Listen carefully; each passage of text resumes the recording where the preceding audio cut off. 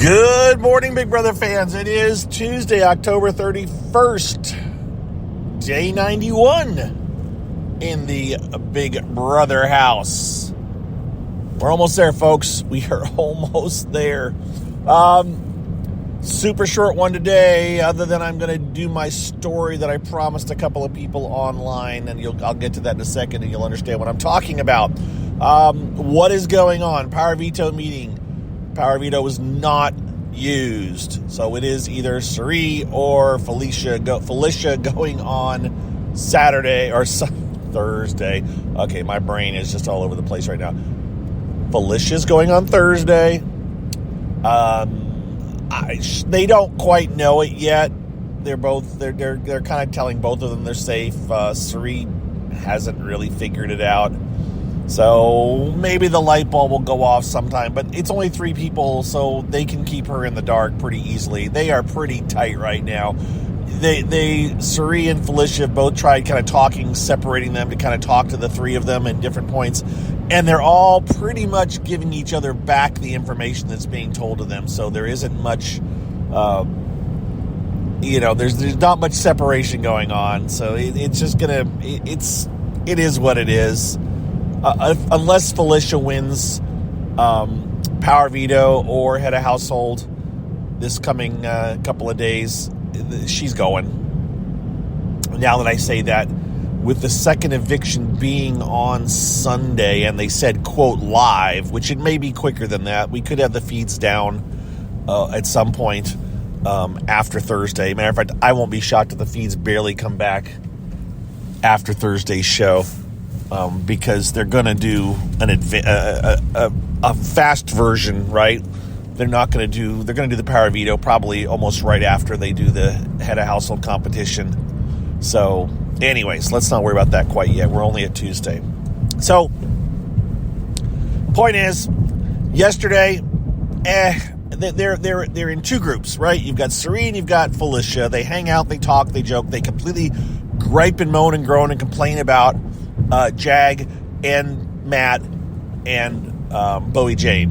And then you've got Bowie Jane, Matt, and Jag, who are like 3 peas in a pod, that they are together almost all the time, and they are spending a lot of their time complaining about Suri and Felicia, right? And how they're not going to give in, how they're going to do this. They talked about doing mental, war against Felicia. Well, that didn't happen yesterday. They don't need to do that kind of stuff. They are trying to still keep Felicia off her guard, but it is what it is.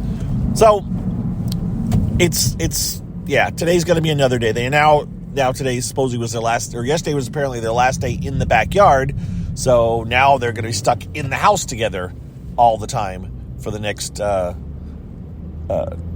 days, which it means that Suri and Felicia will probably hang out in the kitchen and in the back in the comic verse bedroom, and Matt and Jag and Bowie Jane will hang out in the head of household room, and anywhere else they feel like hanging out. And I don't mean that like they're running around pushing Suri and Felicia around places. It's just the 3 of them are together. They aren't leaving each other alone very much, and there's not a whole lot of conversation going on worth listening to. So, all right, there you go. That's what's going on in Big Brother. Look, guys, we're at the end. It's not going to be very interesting right now. I hope I forewarned you of that. But before I go, I wanted to give you a little bit of a story, and it's going to be a bit vague, but it's going to be good enough. And I tweeted about it. So I was at a wedding on Sunday, and for a friend, specifically a friend of my wife's, but I'm friends with her too. And during the wedding, and it's an informal wedding. It was they're not 20 somethings or teenagers, or they're been around the block a little bit, but it's great that they're getting married. And but the story was the bride to be at that moment, because they hadn't gotten married quite yet. The officiant at the wedding talked about how this couple met, and I remember how they met because I can remember my wife getting a text message from her friend saying, "Oh, I met somebody. Oh, he's kind of nice," and this and that and the other. And it was kind of one of those. Oh, and they met. She works for an organization, and they were having a gala, this show, And so she was kind of helping host it as the people arrived, as the VIPs arrived and stuff. And this gentleman was one of the people that arrived with as a group of the VIPs and stuff. And they met and talked and everything, and they kind of hit it off. And so that's how they met several years ago. And I can just remember hearing about it. Now, fast forward to the version that I heard on Sunday, which was a completely different version. Not completely different, but so indeed, the circumstances are as said. What turned out is that the groom that this time, he wasn't originally going to come to this thing, but the person he came with, the guy he came with, his spouse, she was going with her daughter to a Taylor Swift concert, and so she couldn't go to this other thing, and so so her husband had an extra ticket and said to the groom at this point, "Hey, come on, let's go with me to this thing. You know, I got an extra ticket. Let's go." So he was his plus one to this show, to this event, to this gala that they were going to. And if it wasn't for Taylor Swift, they may never have met. And I'm just amused because of how Taylor Swift has played a role in this marriage, or a Taylor Swift concert, right? Anyways, that was my story. It's not that wild and crazy, but at the time when it was being told, I was like, wow, this is kind of crazy.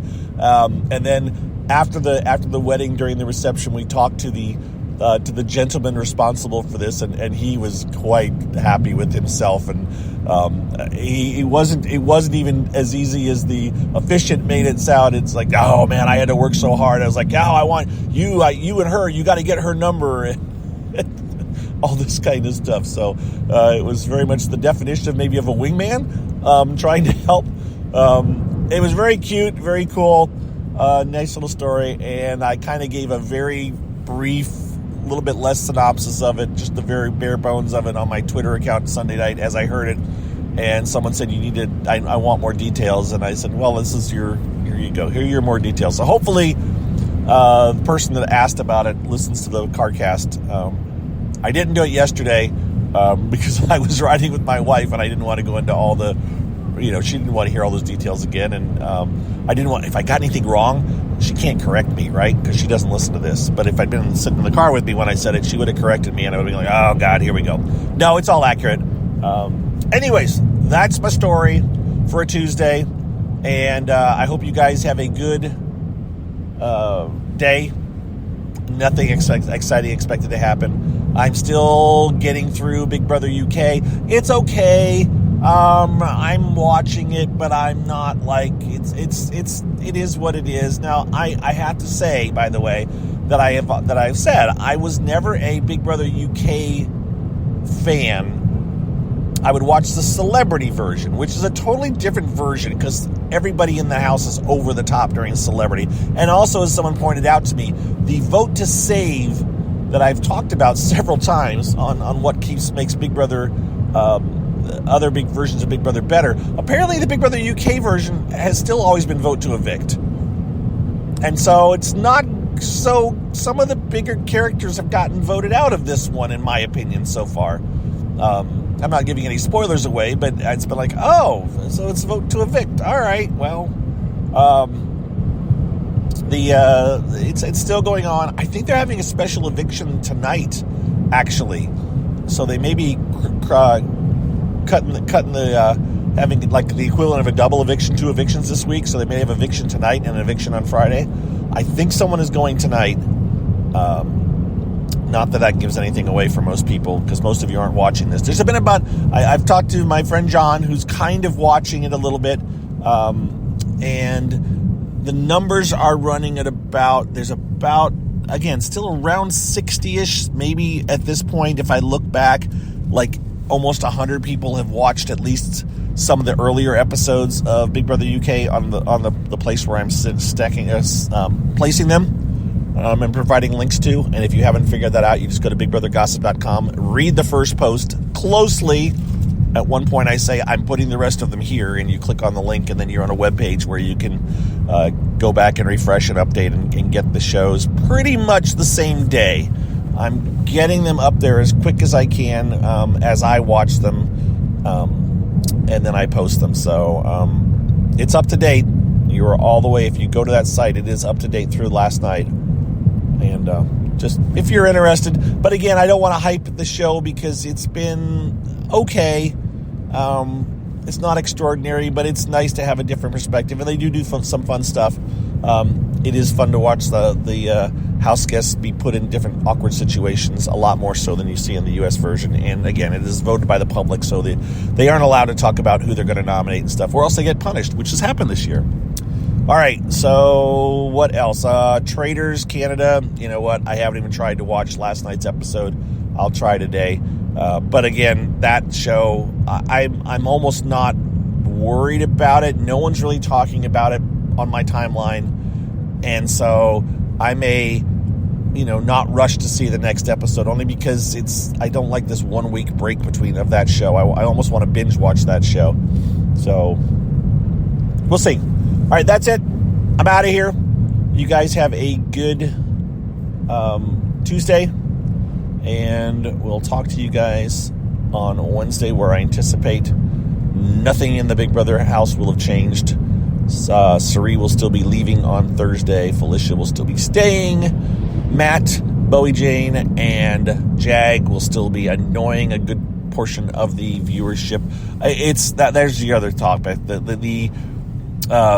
It's gotten very toxic on Twitter with people. I can't tweet anything about anybody in the house without somebody complaining about them. I'm so glad that Sari's going. Jag is a horrible person. Matt's a liar, a misogynist. Bowie Jane hasn't done anything, and Felicia needs to go. Whatever, you name it, there's somebody bashing whichever house guest I tweet about, and it's kind of like I don't know what to do. It's like it makes like Dingo, aka Hamster Watch, she just turned off comments. So people can't comment unless they quote tweet her. They can't comment on whatever she puts because she's tired of all the negativity in her timeline. So I tend to not do that most of the time. But it does get a bit old whenever you tweet something, and no matter what you tweet, there's going to just be negative people out there just piling on. Now, I'm not one to not be occasionally negative. Me, yeah, sometimes. But it does get a bit overloaded at times, overwhelming at times. And now on that happy note, I really am taking off. You guys have a good day, and we'll talk to you all on Wednesday. Thanks again for all of your support. It is appreciated. Bye-bye, everybody.